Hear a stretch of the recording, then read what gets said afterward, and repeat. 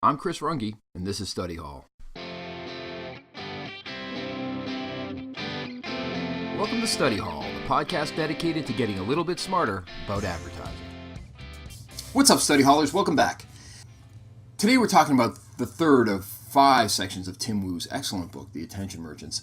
And this section is all about the third screen, right? The screen that watches you. TV, movies, they don't watch you. But the third screen, the computer screen, really has changed our attentional environment dramatically. And this section, the third screen, is all about how computers sort of found a place in Western culture by doing a couple of really interesting things like demand engineering. And there was also some just sort of serendipity that put computers together with huge gobs of money and funded its development. So we'll get into all of that. This is also a chapter about a massive disruption in in our intentional environment and in the attention business models that exist in that attentional environment, right? You hear a lot about disruption.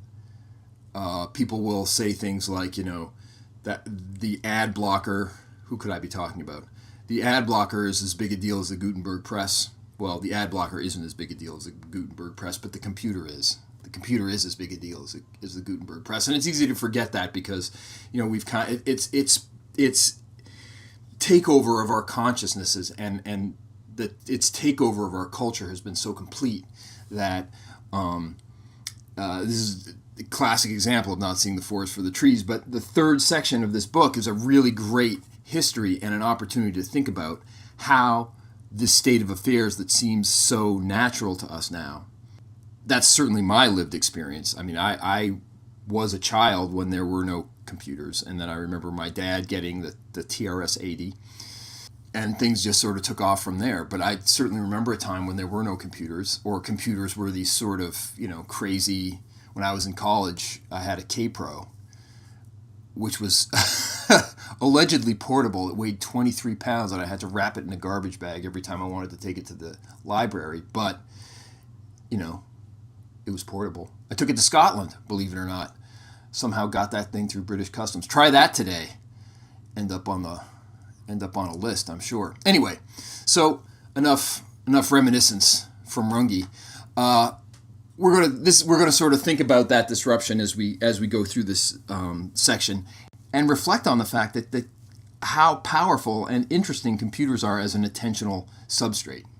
Right? They can deliver and do just about anything. So whatever you want to pay attention to, you could probably find it on a computer. And Wu nods to this in the beginning. So of the chapter, in his sort of preface to the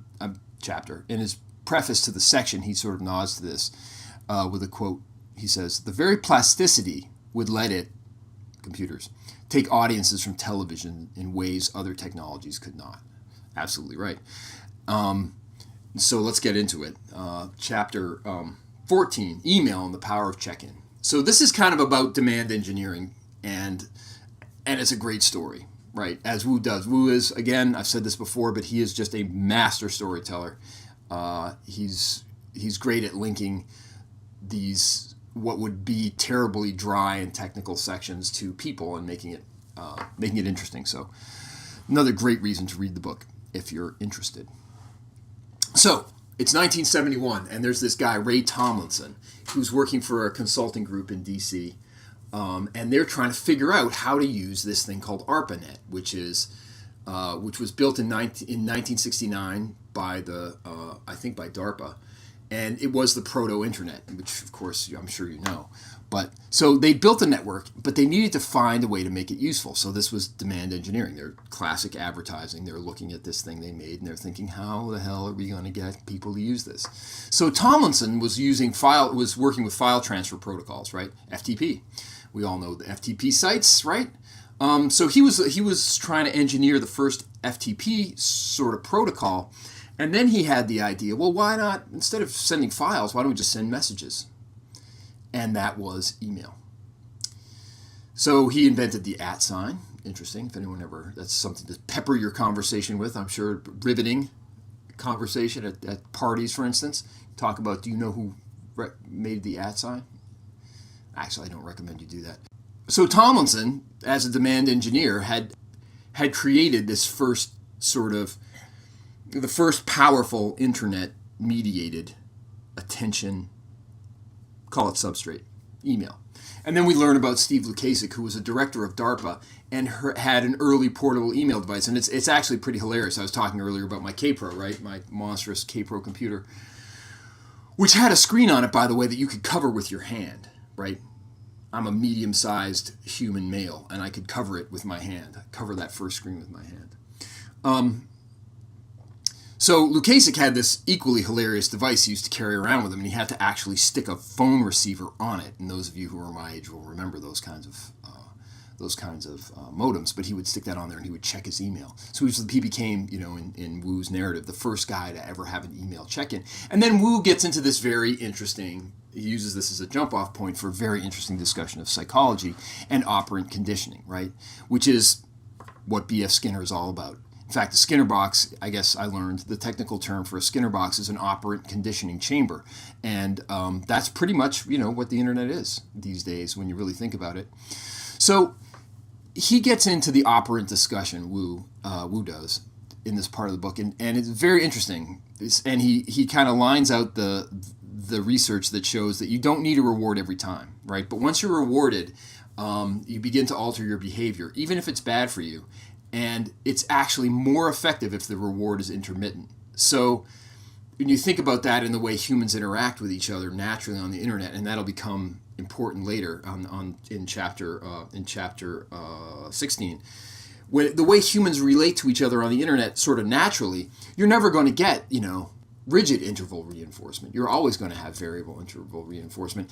And it turns out that that's the most effective way to get people to do things over and over again. In fact, Wu, and another tribute to his ability as a thinker, he says, well, no one hunts cows for sport, right? And that's absolutely right. If there's no challenge, right, we quickly lose interest. Maybe a better word is uncertainty. If there's no uncertainty, we lose interest. Now we understand email and how email started. We understand how people began to use email remotely, and this poor fellow Steve Lukasik was the first guy to ever wear the electronic shackle. And then we start to understand why that is, right? And then we sort of get into this another funny story about a guy named Gary Thurek. Gary Thurek, just to name and sort of shame him, was the first email spammer. So Gary had a computer demonstration he wanted to put on in Washington, and in order to publicize it, he sent an all-caps unsolicited email to a list of people, to all the people in his email list. So that was interesting. Think about that next time you're putting together your email copy. You just write it in all caps. Just a screaming email. It was long too. I mean, I'm not going to go into it, but it was a long email, and it was by today's standards, and it was all caps. Hilarious. No visual hierarchy, by the way. You look at it, even in the book, it's just a wall of copies smacking you in the face. Very poorly designed, Gary. Gary got his hand smacked by the Pentagon. The Pentagon did not like their attention being abused in this way, and he was made to promise. Someone called him from the Pentagon, yelled at him, and made him promise to never do it again. So, of course, the Pentagon, right, open attentional revolt. The Pentagon has better things to pay attention to than your stupid computer demonstration, Gary, so you better knock it off. Pretty interesting, right? And then Thurek, interestingly enough, kind of owned it, in a pretty admirable way. He's become, he's very open about his role as the first email spammer, and he wrote a poem on the 30th anniversary of his email, sort of taking credit for it. And so, if you're ever in a bar with Gary Thurek, buy the guy a drink, or upbraid him for email spam that he invented. So, and that's where the chapter ends, right? These chapters are very short, they're very kind of punchy, but we're seeing the first tickle of the full-scale addiction we're now stuck in, because computers, the internet, now had a product, right? A demand-engineered product by young Ray Tomlinson that it could sell and people could get involved in. And so, by the end of this chapter, we have an internet, and the internet has email on it, and people are going to start to get people are going to start to get involved in email because, of course, as we all know, email is quite useful. So then we move on to chapter 15, which is called Invaders, which is all about video games. Hooray, my favorite. I didn't know, I knew hardly any of this history. So if you're a video gamer and you're interested in knowing how this all came about, Fallout 76 and whatnot, and Halo, and Duke Nukem, and for even further back than that, this is a great chapter for you to read. So it turns out it's all thanks to a guy named Ralph Baer, who made a thing called the Magnavox Odyssey. He was looking at computers and he was thinking, he was looking at TVs and he was thinking, well, what could we do with this other than just watch TV? And he very intelligently looked at a computer screen and said, this is actually a screen I can do a lot of stuff with. If I get downstream from the TV transmitter, I can use this thing to do all kinds of stuff if I link it up to a computer. And of course, video game, right? So here's the linking of serious attention-getting power, games, and fun with the computing industry. And it's like gas on a fire, right? Because now, in addition to email, which is a useful product but probably would have been hard to commercialize, video games are a absolutely commercializable thing that they could sell using computers. So now the technology has sort of met serious money, and that serious money is going to get in there and drive advances in the technology, right? So that's how this, now we see the fire starting to build. So Atari and Norman Bushnell make a appearance here, and they made a thing called Space War, which interestingly, the Atari engineers had been playing this game on the mainframes at the home office, and that became the first stand-up video game. They put a housing around it, which all of us know that that stand-up housing with the little controller and the buttons and whatnot, and that was the first stand-up video game. They basically took something they'd all been playing themselves and made it quarter by quarter, made money off it. So then came Space Invaders. So the Japanese kind of came out with Space Invaders, and then it was game on. By '82, Space Invaders was the highest grossing entertainment product in the United States. Any entertainment product in the United States at $2 billion. All of it earned in quarters. Think about that, right? And this is all analog. This is people feeding literal metal slugs into a slot on a machine and then playing a game. And they made $2 billion. So 8 billion quarters. Think about it that way. Then we get into home game consoles, and I won't bore you with the various minutiae of the home game consoles, but the Borg's on its way to full control, right? There's another even bigger product, even bigger than email, and so now the hardware begins to get serious money behind it, and we get the march of home computing power. And Moore's Law just begins to really pick up steam. And interestingly, that's still going on today. When you mine Bitcoin, what do you use to mine Bitcoin? You use video graphics cards.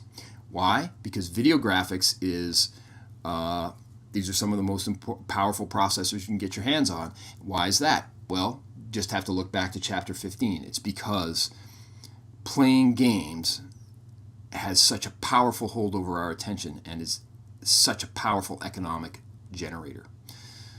So that's an interesting thing to think about when you're reading chapter 15. So chapter 16 is called AOL Pulls Them In, and it's a very interesting chapter about how computers and advertising kind of came together. So the internet makes us all attention candidates, right? If not actual attention merchants, right? We're all on the internet. We all want people to pay attention. That's what social media is all about, right? We're attention candidates. And some of us are attention whores, and some of us are attention merchants, right? Thanks in large part to a company called America Online, which people all know. But there's a lot of interesting stuff about America Online that I think it's worth reminding ourselves about. And you can remind yourself by reading chapter 16. So here's a quick summary of chapter 16. So we start with Steve Case, who's the CEO of AOL, back in the pre-graphic interface days. So for those of you who aren't old like me, old-ish. I'm old in advertising years. I'm not old in actual human years. But my old K-Pro that I was telling you about, that thing did not have a graphic interface. It was just green letters on a screen. and you could pull up, you use your little floppy disks, and this is heartbreaking. There's a footnote in chapter 15, or rather, excuse me, chapter 16, explaining what a floppy disk is. That really made me sad. Thanks a lot, Tim Wu.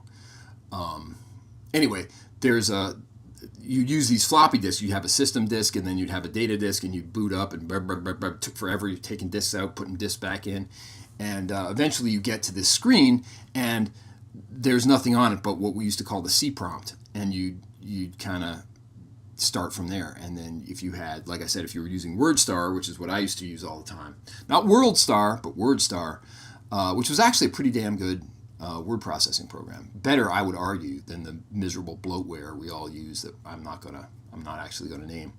And CompuServe, AOL was sort of started in that world, right? And then there was also CompuServe, which was owned by H&R Block, interestingly enough, and Prodigy, which was sort of the high-end one, and then Genie, which was owned by GE. And it's interesting to think about because, people all know the story of how Xerox first invented the graphic interface, right? But they weren't able to capitalize on it.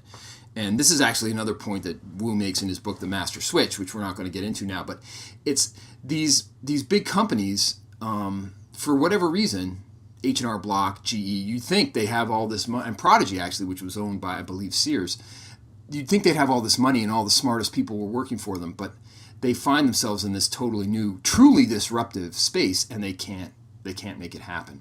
The people who made it happen were these clowns at AOL, who actually started out as the smallest, sort of least prepossessing of all of these. Right? If you're standing there in 1985 and somebody sort of explains to you, well, there's CompuServe, Prodigy, Genie, and AOL, you'd say, well, I'm sure it's going to be between Prodigy and Genie, right? Wrong. AOL totally won the day. So how did that happen, right? So the first thing to note is all these guys knew they were in the attention merchant space. So these guys understood the Ben-Day model, right? They understood, like, we are primarily in the business of getting people's eyeballs on our product and then selling those eyeballs. Everybody understood that. Prodigy took the high-end content route, right? So they had some very interesting, they struck some very interesting deals with some very interesting content creators, right?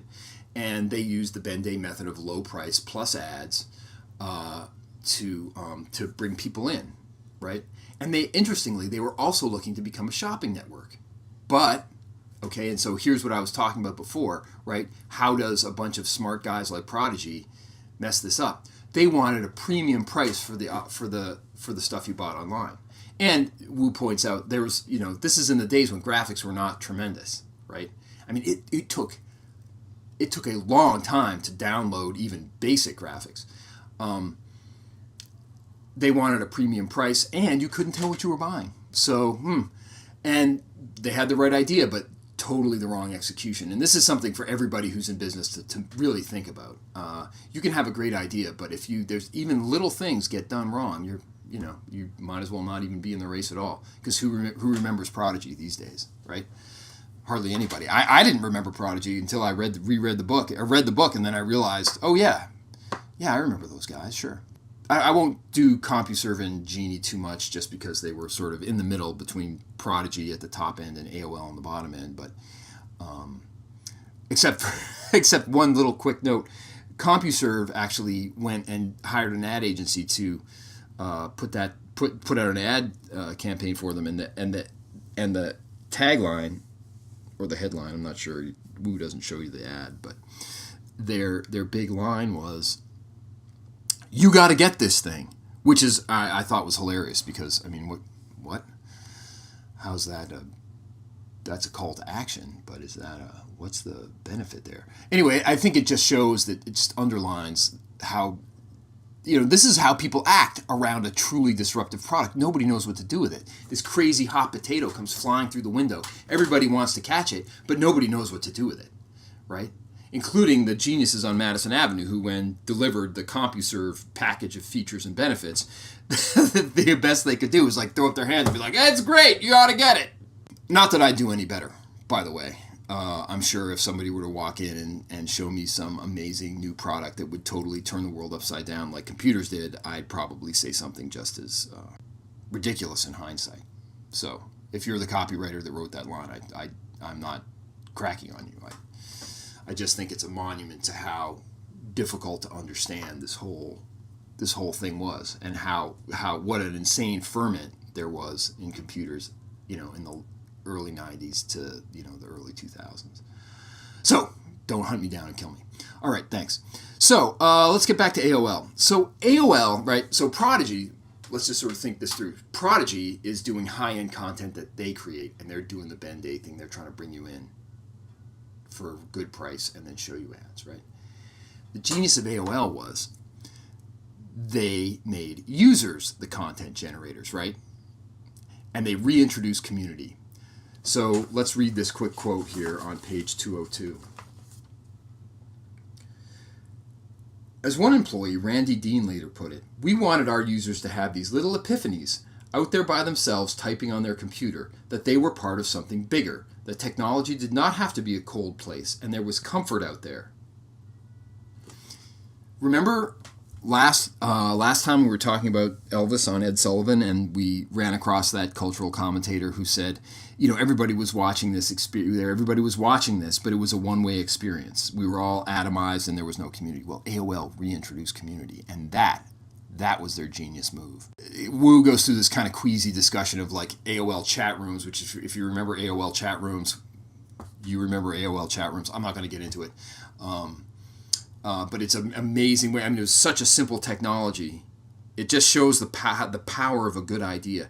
Can have the simplest of technology, but if it's a really good idea, the concept is there, people just gravitate to it. And the AOL chat rooms couldn't have been simpler or lower tech, by today's standards, but they were wildly popular, and people used them for all sorts of things. And so finally, we get to the early 90s, and AOL has won. So AOL in October of 1992 was part of this review in the Wall Street Journal between itself and Prodigy, right?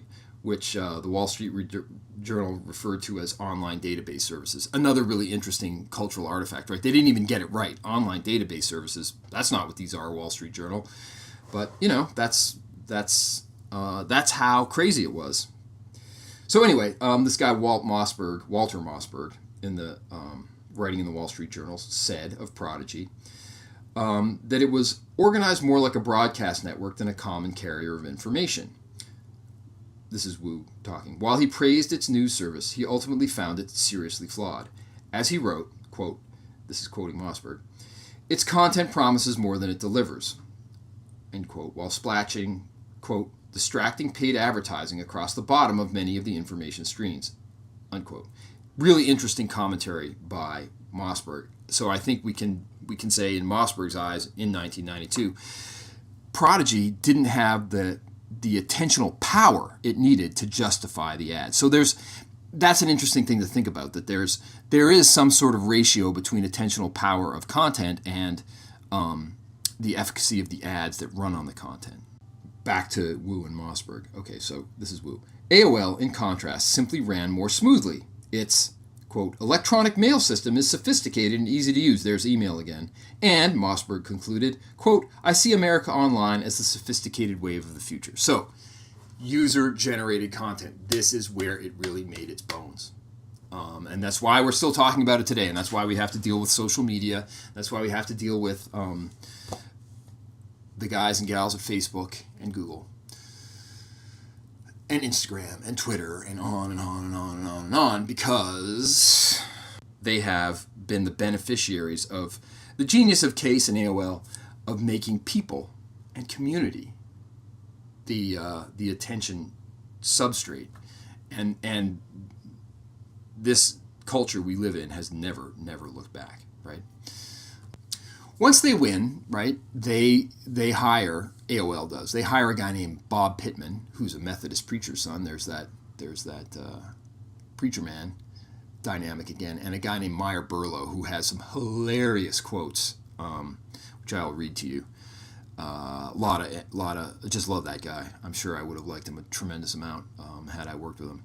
But anyway, Bob Pittman and Meyer Burlow were brought in, and they were charged with kind of making sure that AOL monetized its attention. So they'd done a great job getting attention, and then now Pittman and Burlow were brought in to monetize that attention. And they did a pretty good job until the end there. Under them, ad revenue came up to $2 billion, okay, and this is in early 90s money. But interestingly, they couldn't, Wu tells this little story, they couldn't bring in the big companies, Coke and IBM, etc. Didn't want anything to do with it. Again, it's worth thinking about what happens when you have a disruptive idea. People turn their backs on it. You cannot get arrested. These guys could not get arrested at the big companies because there were no metrics. No metrics. There was no way to show that there was a return on investment, right? So they were stuck in that classic pitch situation where you've got a great idea, it's going to work. It is working, and then you sort of run into the analytics folks who quite legitimately, and I'm not cracking on them. I have a huge respect for analytics, and I prefer to run my campaigns with analytics. They just can't feed it into their algorithms because there's just nothing to feed. So think about that. Next time you're in a pitch and your idea doesn't work, maybe it's not you, maybe it's them, not because they're bad people or stupid, but because of the sort of imperatives of their position, right? Interesting. So what do Meyer, Burlow, and Bob Pittman do? They start, unfortunately, they start really gouging people, and there's a really interesting discussion towards the end of this chapter where these obscure, now totally defunct internet properties start getting into the wall. They called it the walled garden of AOL because AOL at that time, it wasn't an on-road to the actual internet, right? It was a service that you go on and you sort of do all the AOL stuff in AOL, sort of like Facebook. And these .coms at the time, this is before the .com crash. This is so late 90s. These .coms are desperate to show that they have that certain snap. And if you didn't live through it, it's hard to believe how sort of shallow that analysis was. But they just needed to get on AOL because they needed to say they'd gotten on AOL, and that was kind of all they needed to do. So they were paying tens of millions of dollars just to put ads on AOL. I mean, it was amazing. So AOL gouged the living daylights out of these new .coms, and a bunch of them failed. Actually, if you think about it, these guys, these .coms, were paying enormous amounts of money for a relatively small number of eyeballs. So their cost of acquisition, right? They were way overpaying their cost of acquisition. And so in that way, you can sort of, if you analyze it from that perspective, they were engaging in terrible business practices because their cost of acquisition couldn't possibly have been justified if you would analyze it by like customer lifetime value, right? It's just not going to happen. But they, in those days, in the .com days, there was this sense that, well, we'll figure all that out when we get there. And of course, they never got there. So this was part of this is very interesting to read about the advertising analysis that went into these AOL deals, because not unlike the stock market bubble, valuation went out the window. I guess that's what I'm trying to say. These were just totally overvalued eyeballs, but AOL was able to drive these prices, and they did. So fair play to them. There's a funny story in there about Meyer Burlow talking to Steve Case, and Case says, kind of the NPR thing. He's like, well, what bothers me about these ads is they're where customers can see them. And then Burlow goes, are you out of your fucking mind? So, great Madison Avenue perspective on business there. It's a beautiful little vignette of Madison Avenue versus NPR. And I guess Madison Avenue won. As we always will, NPR. So back to AOL, this gouging was still not enough. So they started doing this bookkeeping chicanery, and this is what got them in trouble with the accounting stuff. And on the back of this ad fraud, and accounting fraud as well, they got to $160 billion market valuation, right? 3 times the valuation of GM at $56 billion at the time. And then, of course, it all came crashing down.